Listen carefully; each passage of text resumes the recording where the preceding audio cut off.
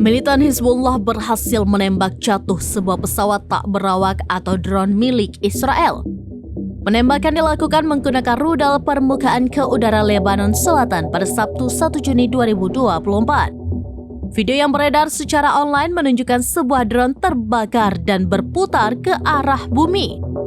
Hizbullah telah mengkonfirmasi drone yang terbakar itu berjenis Hermes 900 milik Israel. Dalam pernyataan resminya, militer Lebanon menyebut penembakan itu merupakan bentuk solidaritas terhadap Palestina. Drone Hermes Israel dilaporkan jatuh di kota Deir Kiva, Lebanon Selatan. Dilansir Al-Mayadin, Hermes 900 juga dikenal sebagai Kochav, dirancang dan diproduksi oleh perusahaan teknologi keamanan Israel Elbit Systems. Drone ini terutama digunakan untuk misi intelijen, pengawasan, akuisisi target hingga pengintaian udara. Hermes 900 mulai beroperasi dengan Angkatan Udara Israel pada tahun 2012 dan digunakan selama perang pendudukan Israel di jalur Gaza pada tahun 2014.